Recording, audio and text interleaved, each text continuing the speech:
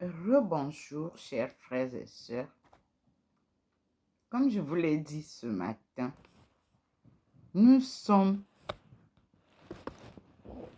désormais en compagnie de notre meilleur apôtre préféré,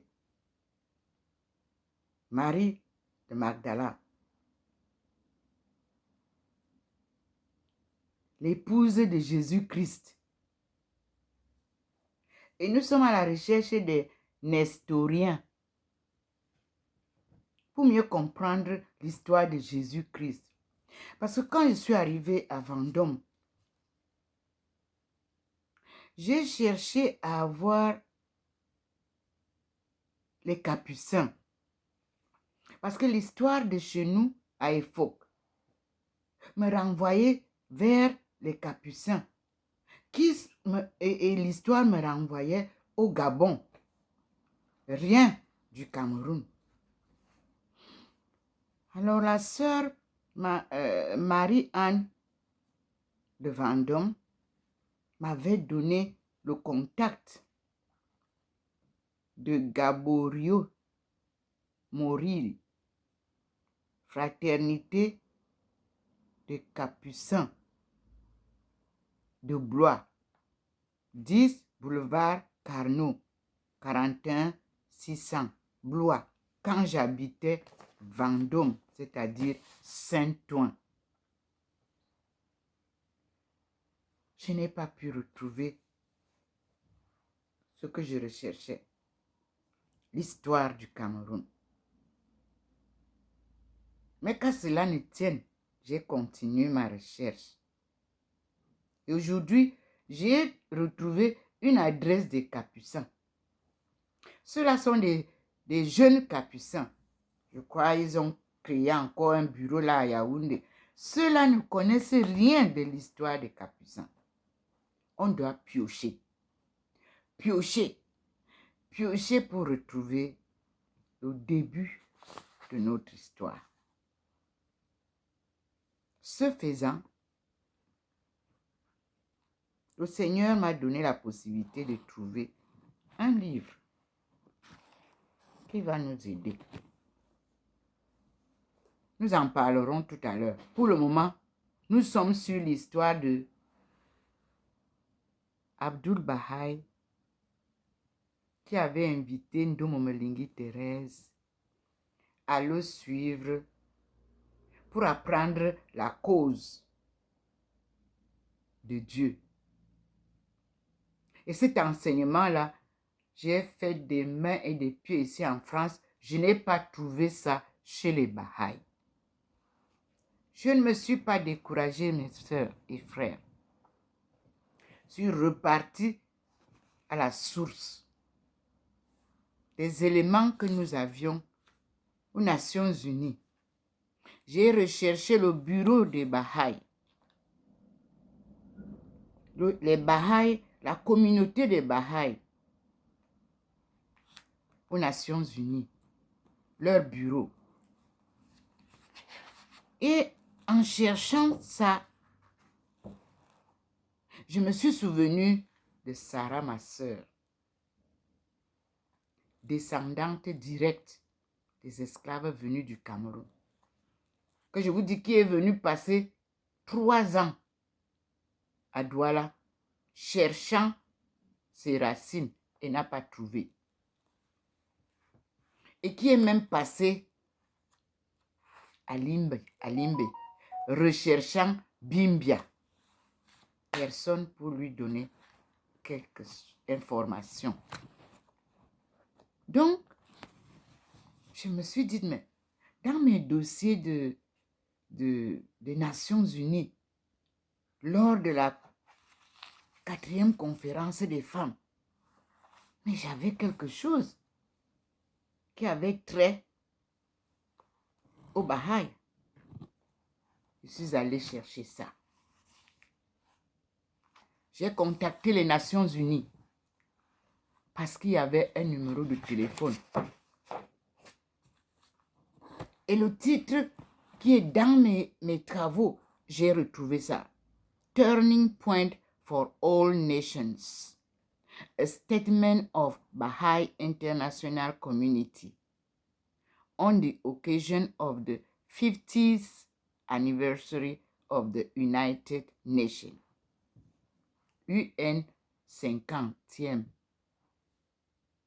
Alors, j'ai appelé, d'abord pour avoir l'autorisation de parler de ça dans mes travaux. Verbalement, je l'ai eu. Et la preuve, on continue là avec tout ce que ça suit. Alors, je n'ai pas beaucoup regardé le contenu. Je suis passée parce que j'avais mes travaux à terminer.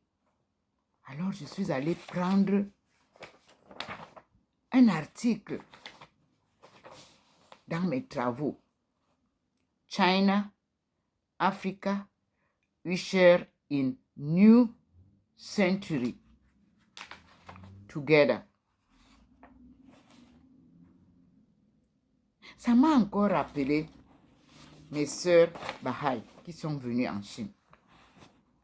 Je suis rentrée maintenant dans ce livre et je suis tombée sur ce paragraphe. A turning point for all nations, a call to world leaders. Page 21. Avant d'aller là-bas, j'ai vu recognizing the historical context, a call to world leaders. Page 4. J'ai ouvert. Voici la page. Ici, je vous lis l'introduction.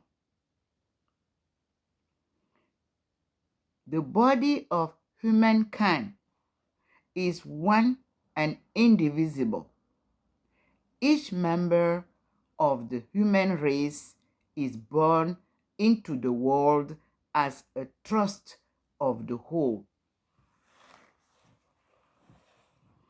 This relationship between the individual and the collective constitutes the moral foundation of most of the human rights, which the instruments of the United Nations are attempting to define.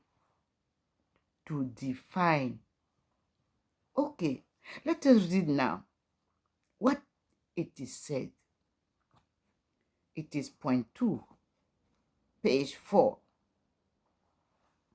The Baha'i International Community regards the current world confusion and the calamitous condition of human affairs as a natural phase in an organic process, leading ultimately and irresistibly to the unification of the human race in a single social order, whose boundaries are those of the planet.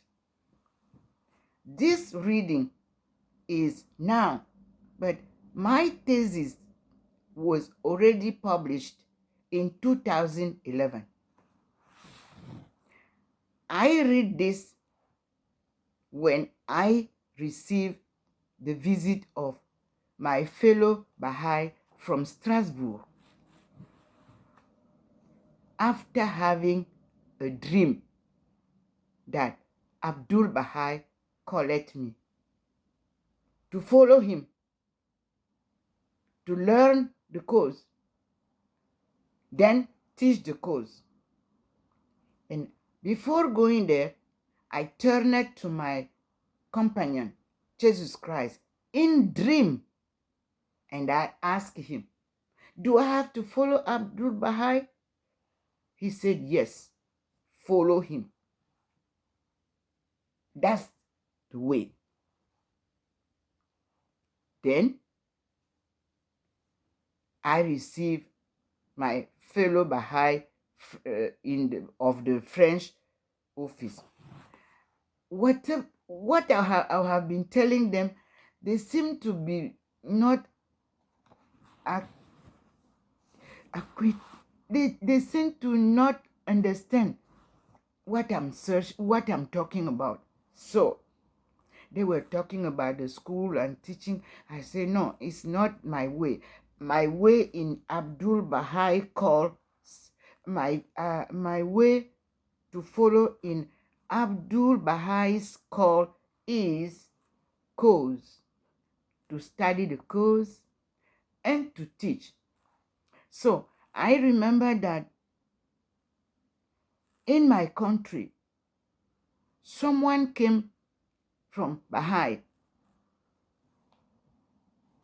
Enoch Olinga, and stayed in Victoria, today Limbe, and even married someone, a lady from that place. And then he went back to his country and was murdered after years. He was in America and he moved to go and open the house in his hometown. Finally, he was killed. The story is on the website of Baha'i. Now, my aim, brothers and sisters, is to bring to the Baha'i what I searched for and what I discovered in my study and research in China, from Cameroon to China. And it is a divine mission. So that part of linguistic study is what I'm bringing as contribution to the Baha'i family. And the Lord called me in 2017 to go to Nashville. I call it some other believers, friends. None couldn't take me to Nashville or to tell me how to go there, how to do. Then COVID broke down. All the doors were closed for me to go to Nashville. But I was not discouraged. I continually reading what is the purpose of Abdul Baha'i and his father.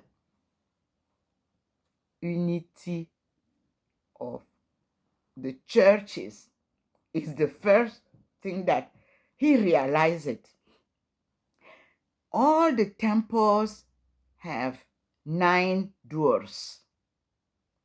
At the time of Abdul Baha'i, the time of Baha'u'llah, that 9 doors mean all the religious groups that were created after Jesus Christ gospel. So, Jesus Christ now is coming back and he wants to bring everybody together and in the unity. And who can be better for me as example? Abdul Baha'i. Then where he direct me, he invite me to go to Nashville. I don't know where is Nashville till today. But what is there, a sign, is that Nashville Temple, Baha'i of Nashville are sect on the road that is called Bella. Yes, Bell. They are talking about Bell, but it is Bella. That comes near to my biological identity. And when I remember Sarah, as she looks like my grandmother, believe me, because my grandparents were like métis. And all what she told me was so praiseworthy that she wanted to set a school to teach the cause. I'm asking my brothers of Nashville that let us make her dream come true with Abdul Baha'i program. I think I'm a teacher also. So our people probably need education, but not education of spiritual and human together. Let us read now the paragraph of this, recognizing the historical context. A call to world leaders. Page 4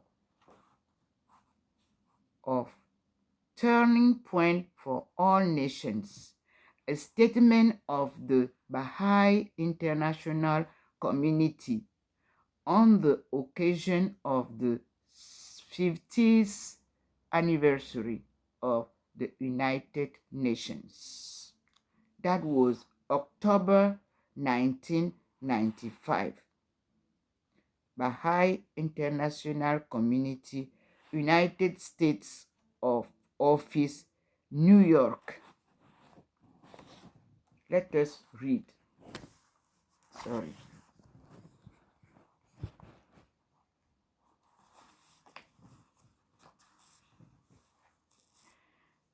The Baha'i International Community regards the current world confusion and the calamitous condition of human affairs as a natural phase in an organic process, leading ultimately and irresistibly to the unification of the human race in a single social order, whose boundaries are those of the planet.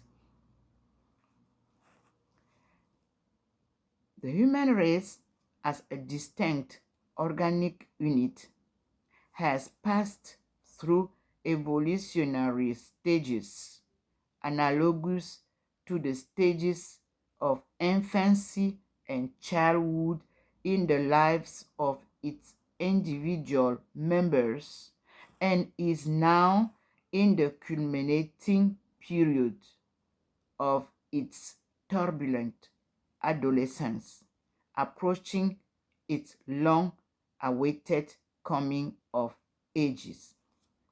They send me to reference 6. I will read later.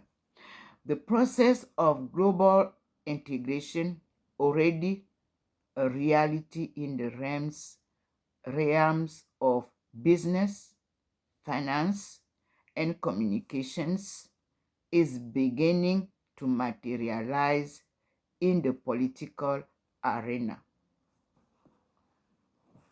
Since sovereignty currently resides with the nation state, the task of determining the exact architecture of the emerging international order is an obligation that rests with heads of state and with governments. We urge leaders at all levels to take a deliberate role in supporting a convocation of world leaders before the run of this century to consider how the international order may be redefined and restructured to meet the challenges facing the world. As some have suggested, this gathering may be called the World Summit on Global Governance. This proposal, there is another reference. This proposed summit may build on the experience gained from the series of highly successful United Nations conferences in the early 1990s. These conferences, which have included the World Summit for Children in 1990s,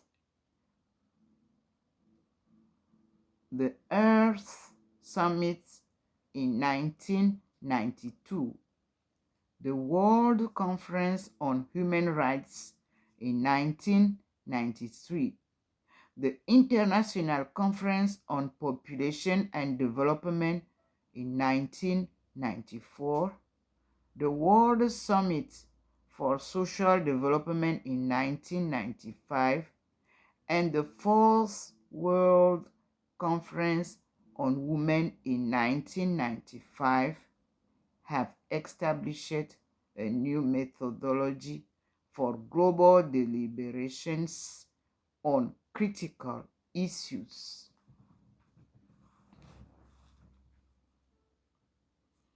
A key to the success of this deliberation has been the substantive participation by organizations of civil society, painstaking negotiations among government delegations about changes in the world's political, social, and economic structures have been informed and shaped by the vigorous involvement of these organizations, which tend to reflect the need and concerns of people at the grassroots. It is also significant that in each case, the gathering of world leaders in the presence of civil society and the global media gave the stamp of legitimacy and consensus to the processes of the conference. Some fear that international political institutions inevitably evolve toward excessive centralization and constitute an unwarranted layer of bureaucracy. It needs to be explicitly and forcefully stated that any new structures for global governance must, as a matter of both principle and practicality, ensure that the responsibility for decision making remains at appropriate levels. So we have reference 8. We read reference later. Striking the right balance may not always be easy. On the one hand, genuine development and real progress can be achieved only by people themselves acting individually and collectively in response to the specific concerns and needs of their time and place. It can be argued that the decentralization of governance is the sine qua non of development. I read again. It can be argued that the decentralization of governance is the sine qua non of development. Reference 9. On the other hand, the international order clearly requires a degree of global direction and coordination. Therefore, in accordance with the principle of decentralization outlined above, international institutions should be given the authority to act only on issues of international concern where states cannot act on their own or to intervene for the preservation of the rights of peoples and member states. All other matters should be relegated to national and local institutions. Furthermore, in devising a specific framework for the future international order, leaders should survey a broad range of approaches to governance rather than being modeled after any single one of the recognized system of government. The solution may embody, reconcile, and assimilate within its framework such wholesome elements as are to be found in each one of them.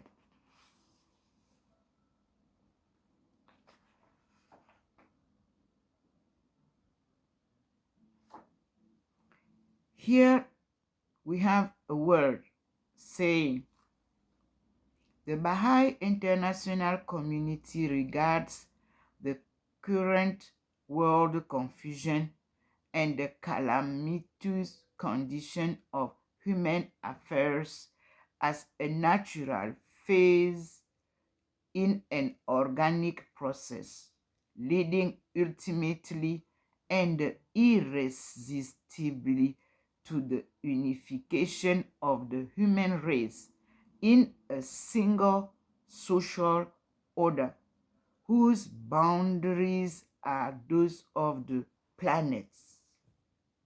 Now let us read the references that were given to us.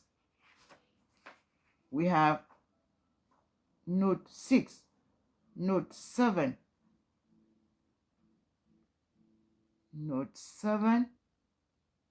and I think we have note 8, note 9, note 10. Let us read those notes from note 6.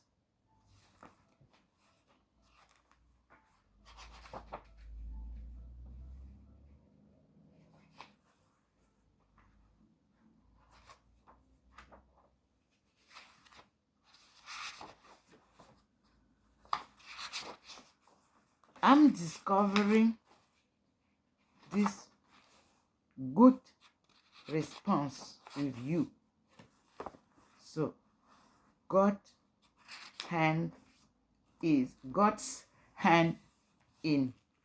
on this. sacred mission. Now we have here, let us start. 6.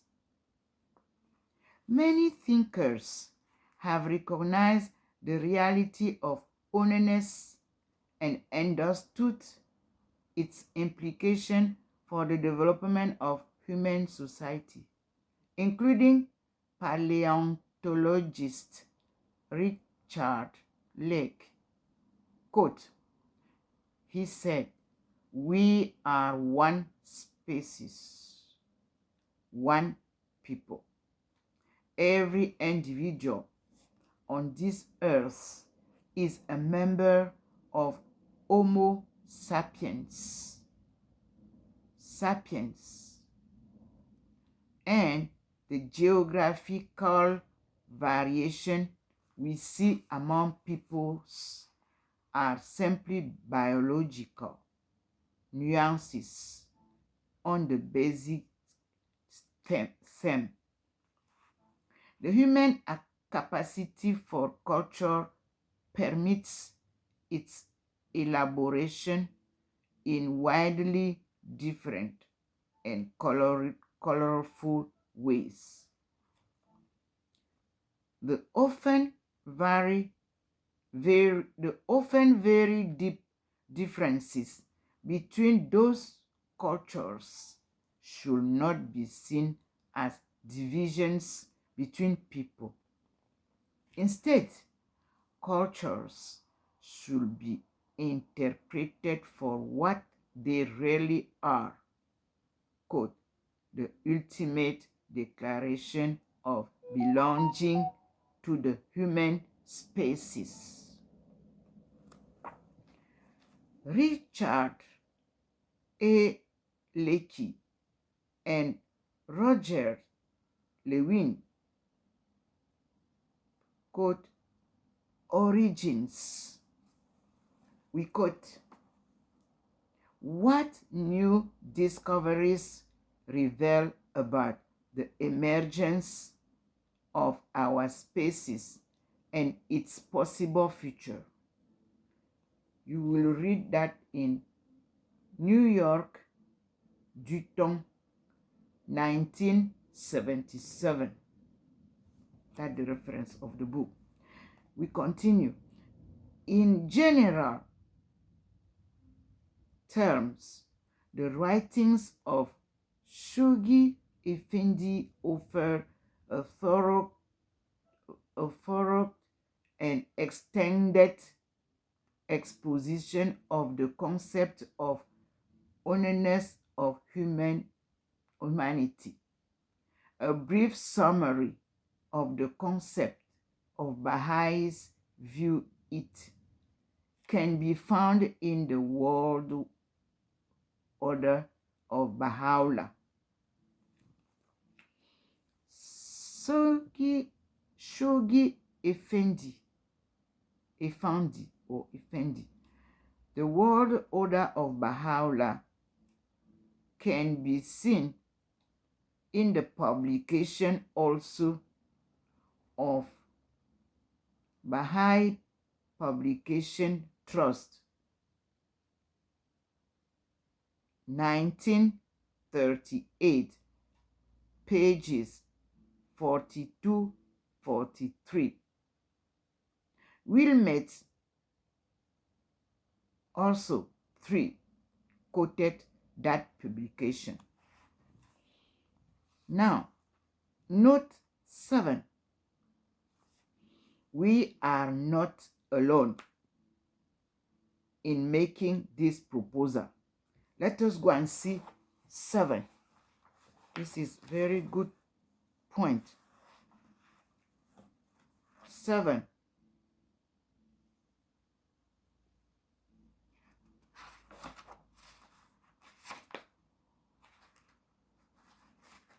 Seven says, I read the paragraph. Since sovereignty currently resides with the nation state, the task of determining the exact architecture of the emerging international order is an obligation that rests with heads of state and with governments.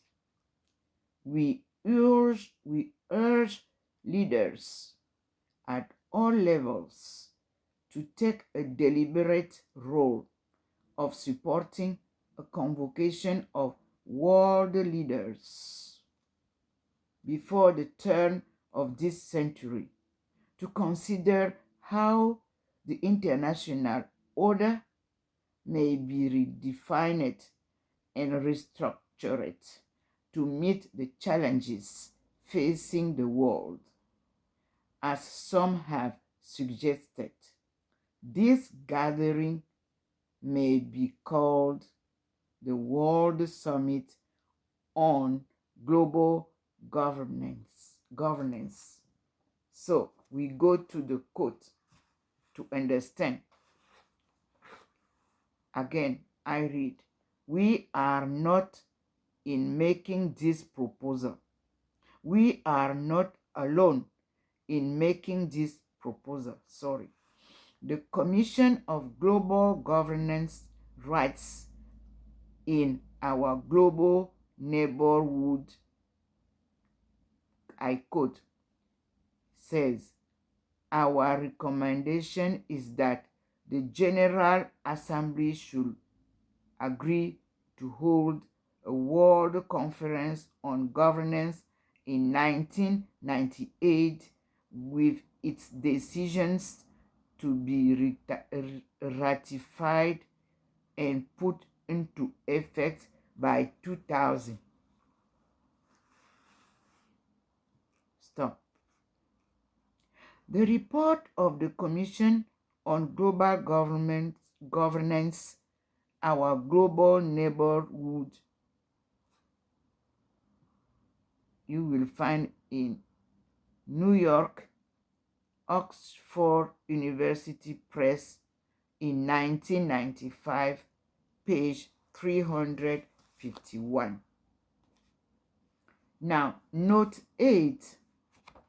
Two commonly used maxims illustrate this principle. Quote, "Small is beautiful." Again, small is beautiful.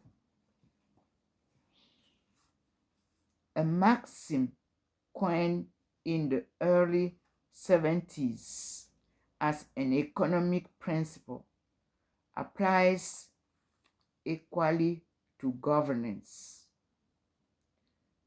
Schumacher explains, I quote, "In the affairs of men, there always appears to be a need for at least two things simultaneously, which on the face of it seem to be incompatible and to exclude one another. We always need both.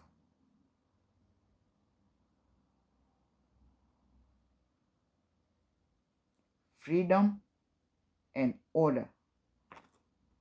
Again, we always need both freedom and order. We need the freedom of lots and lots of small autonomous unities, and at the same time the orderliness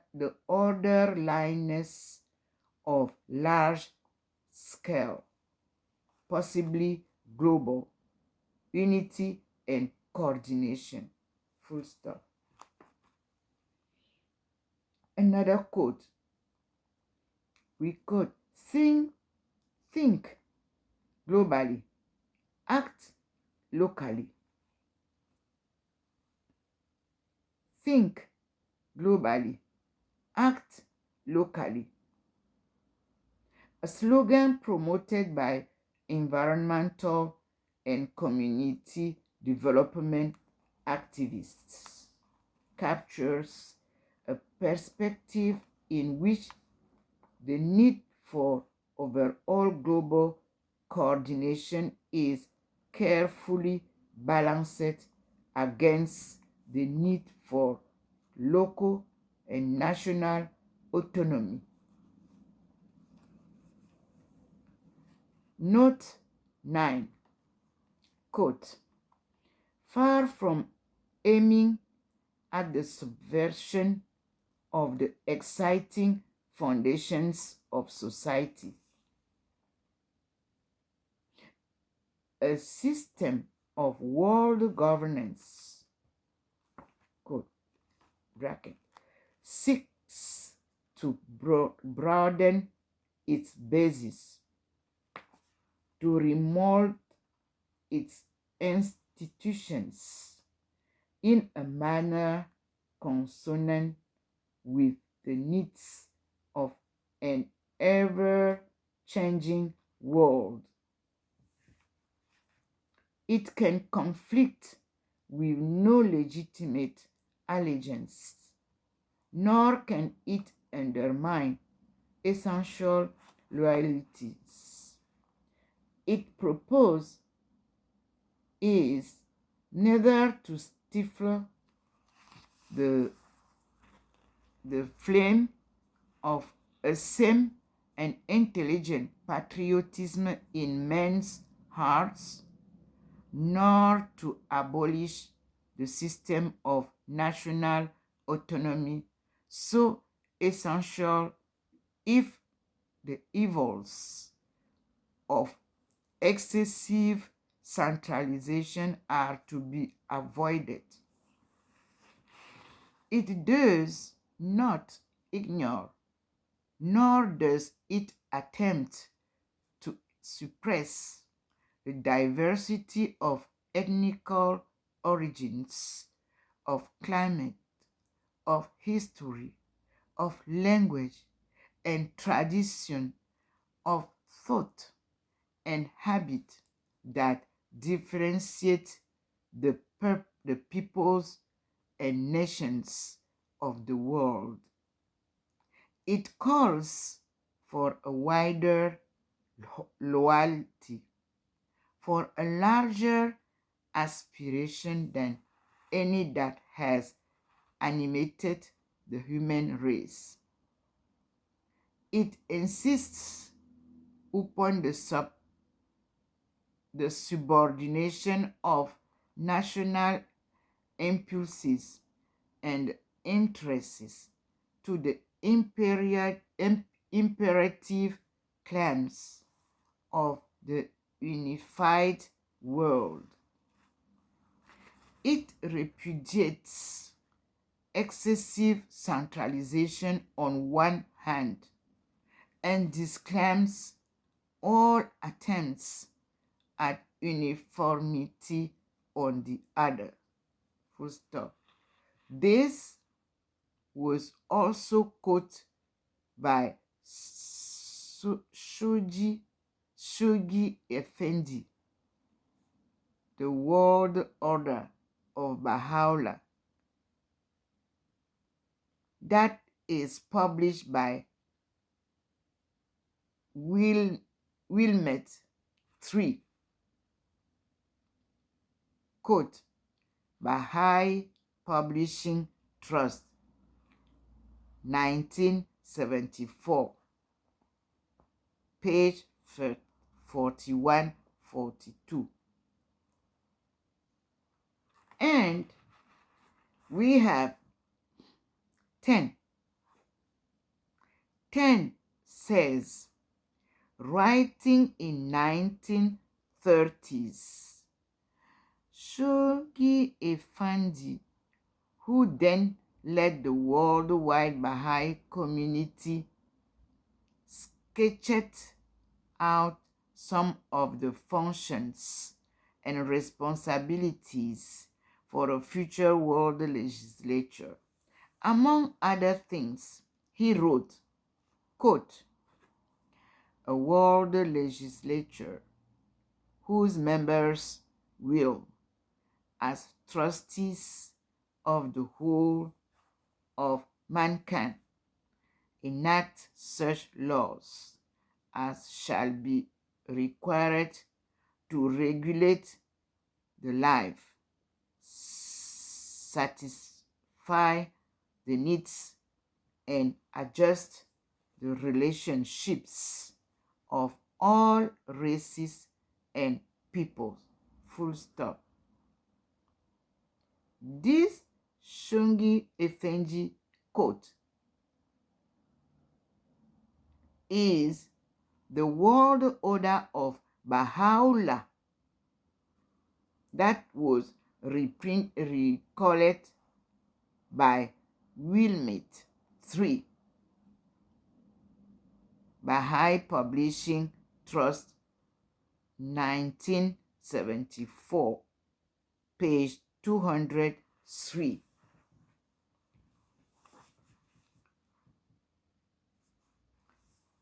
Brothers and sisters,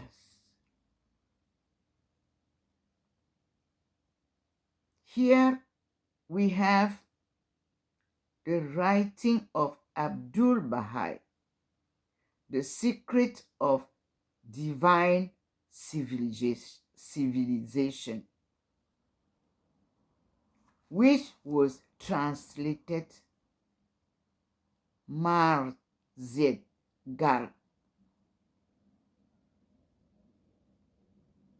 and was published in 1957 in the Baha'i Publishing Trust, page 24.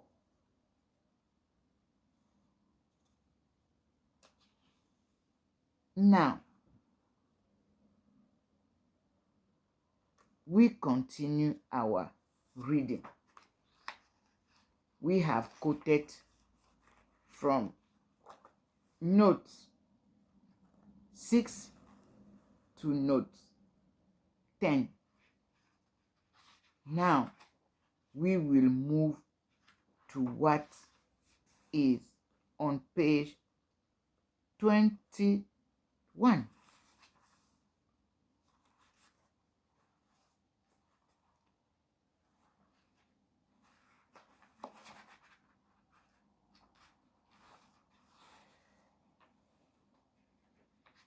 Here, turning point for all nations. Again,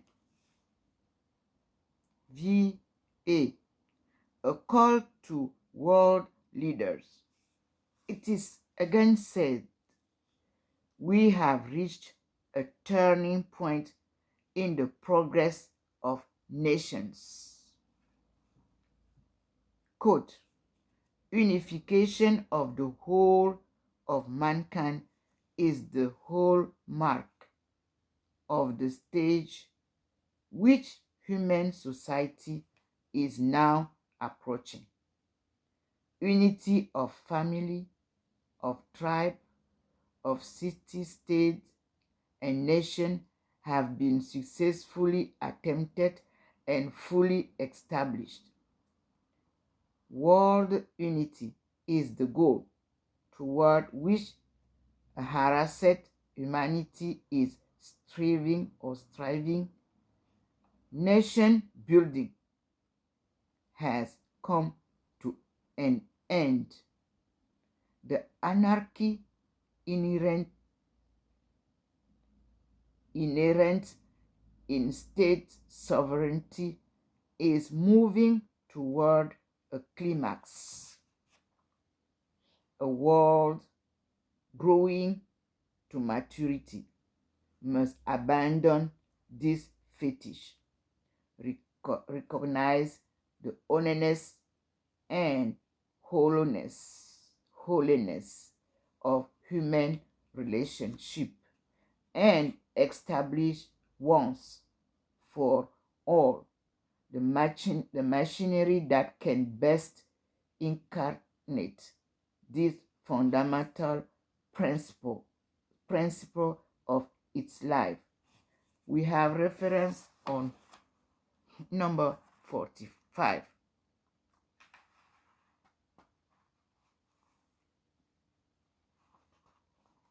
Let us go and read note 45 before we continue. Note 45 says,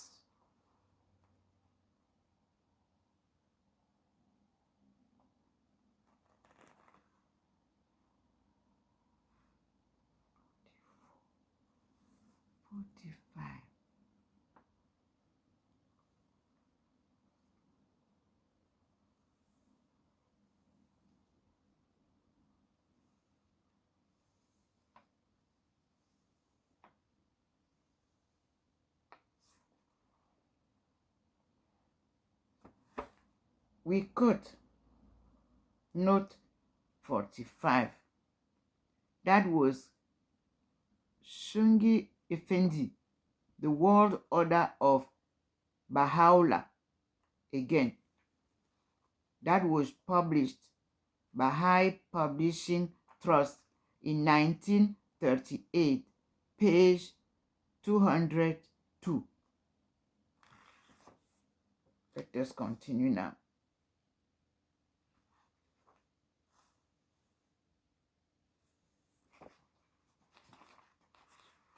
Next page is, over a century ago, Baha'u'llah taught that there is but one God, that there is only one human race, and that all the world's religions represent stages in the revelation of God's will and purpose for humanity.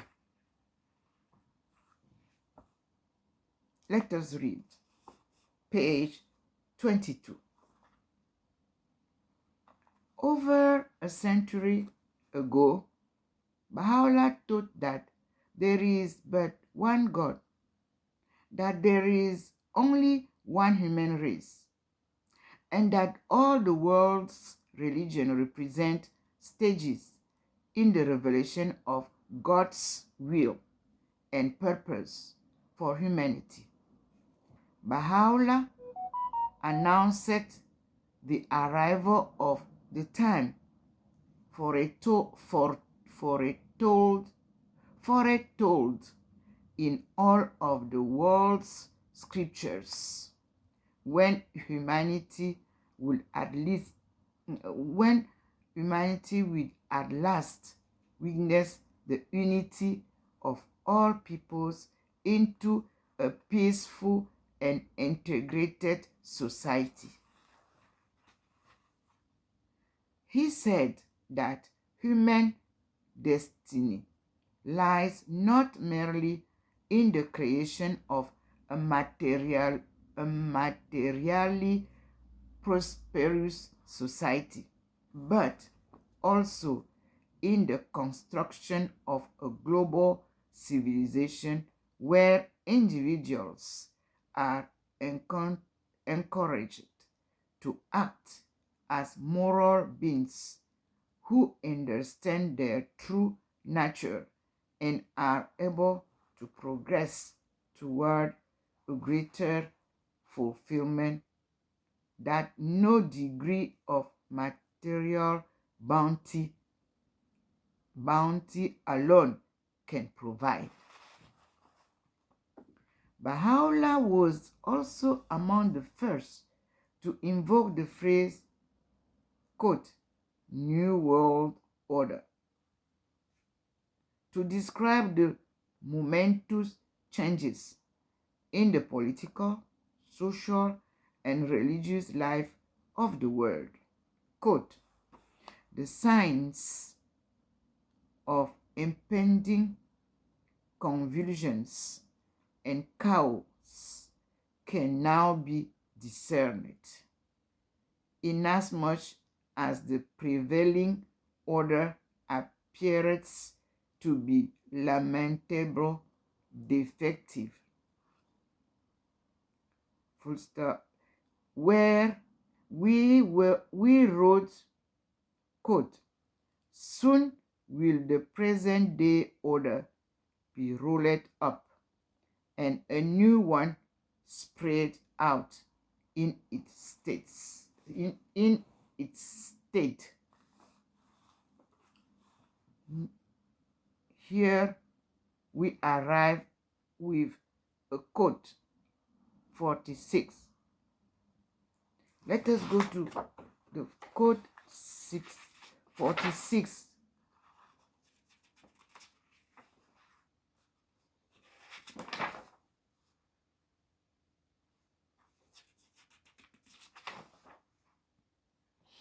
The quote 46 says, Baha'u'llah, the proclamation of Baha'u'llah. You will find that in Haifa of Baha'is World Center in 1978, page 113. Let us continue our reading on page 22. Then we have, to this end, he led a charge on the leaders and members of society alike. Quote, "It is not for him to pride himself who loves his own country, but rather for him who loves the whole world. The earth is but one country, and mankind its citizen." Let us read note 47. I quote, "Baha'u'llah, Tablets of Baha'u'llah, compiled by the Research Department of the Universal House of Justice and translated by Habib Taherzadeh with the assistance of a committee at the Baha'i World Center." You will see that in Haifa, Baha'i World Center, published in 1982, page 167. We continue our reading. Above all else, leaders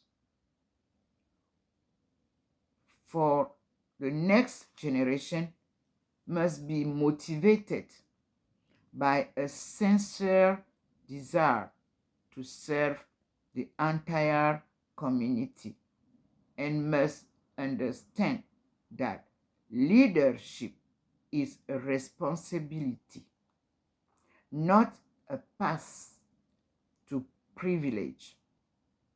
For too long, leadership has been understood by both leaders and followers as the assertion of control over others. Indeed, this age demands a new definition of leadership and a new type of leader. Quote notes 48. Quote note 48. It is said, the Commission of Global Governance writes, quote, "As the world faces the need for enlightened responses to the challenges that arise on the eve of the new century, we are concerned at the lack of leadership over a wide spectrum of human affairs at national, regional, and international levels within communities and in international organizations, in governments, and in non-governmental bodies. The world needs credible and sustained leader. I quote, it needs leadership that is proactive, not simply reactive, that is inspired, not simply functional, that looks to the longer term and future generations for whom the present is held in trust. It needs leaders made strong by vision, sustained by ethics, and revealed by political courage that looks beyond the next election. Quote, this cannot be leadership confined within domestic walls. It must reach beyond country, race, religion, culture, language, lifestyle. It must embrace a wider human constituency,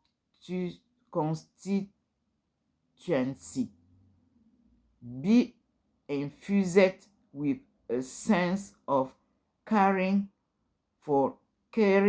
for others, a sense of responsibility to the global neighborhood,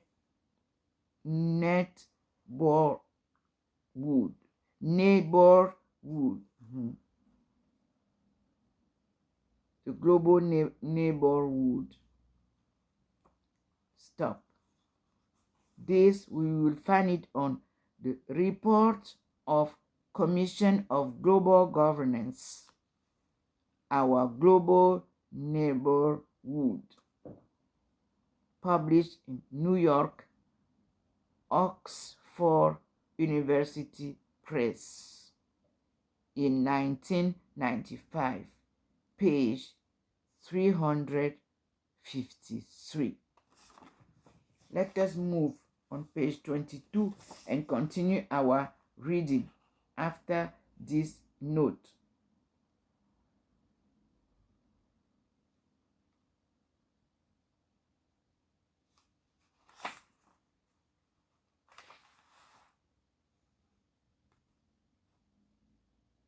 So, we have read note 48. Now, we continue after that. This is especially true in the international arena. In order to establish a sense of trust, win the confiance, and inculcate a fond affinity in the hearts of the world's people for institutions of the international order, these leaders will have to reflect on their own actions. Now, let us continue. Through an unblemished record of personal integrity, they must help restore confidence and trust in government. They must embody the characteristics of honesty, humility, and sincerity of purpose in seeking the truths of a situation. They must be committed to and guided by principles, thereby acting in the best long-term interests of humanity as a whole.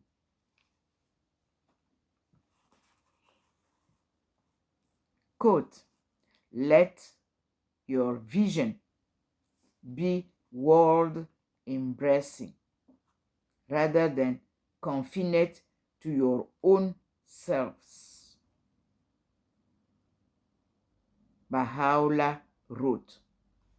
Again, quote, do not busy yourselves in your own concerns. Let your thoughts be fixed upon that which will rehabilitate the fortunes of mankind and sanctify the hearts and souls of men. That is the 49 note. Let's go back and read our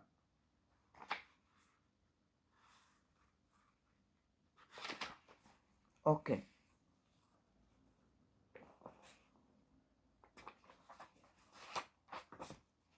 So, after this, I remind you the subtitle that will make you understand all this quote and the reading of page 22. The subtitle is Over a Century Ago, Baha'u'llah taught that there is but one God, that there is only one human race, and that all the world's religions represent stages in the revelation of God's will and purpose for humanity. Thank you, Lord. Let us move to another video where we will find the key solution to Magdala, which was lost. The language.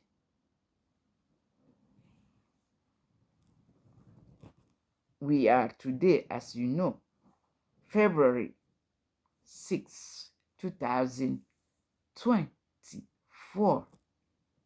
And you can see we are in front of the light. That guides me. What I'm reading today, I didn't read it before, but I have the book. As you know, and some of you, we have books over our shelves. Do we read them? Okay. God, thank you for your teaching. Let us continue our reading, brothers and sisters. I'm Dr. Ndomo Melingi. I'm asking YouTube to write correctly my name. Ndomo is written Ndomo.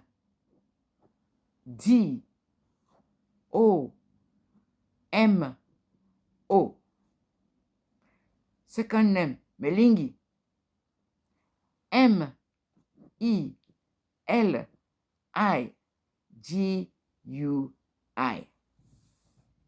Teresa is my baptized name. And Aisha is my revealed name by the process of Chinese culture. During my studies, Aisha means African International Societies, home and abroad. Or if you write Aisha, Aisha, It means African international communities, home and abroad, a divine mission. Thank you, Lord Almighty. Thank you, Christ. Thank you, Mother Mary. Thank you, Mary Magdalene.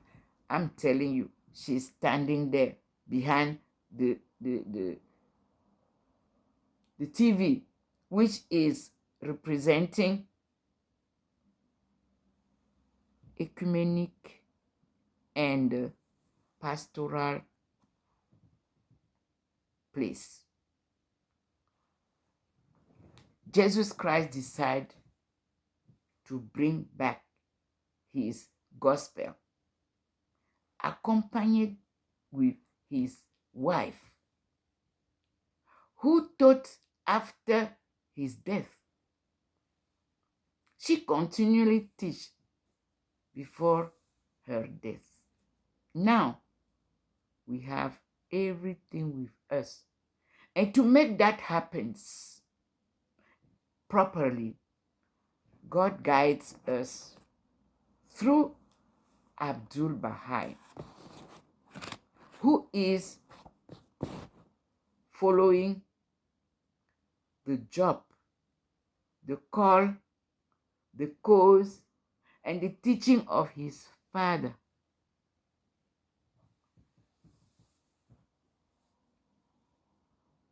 Baha'u'llah. Thank you, brother. God bless all of you. And let us continue our reading, our writing.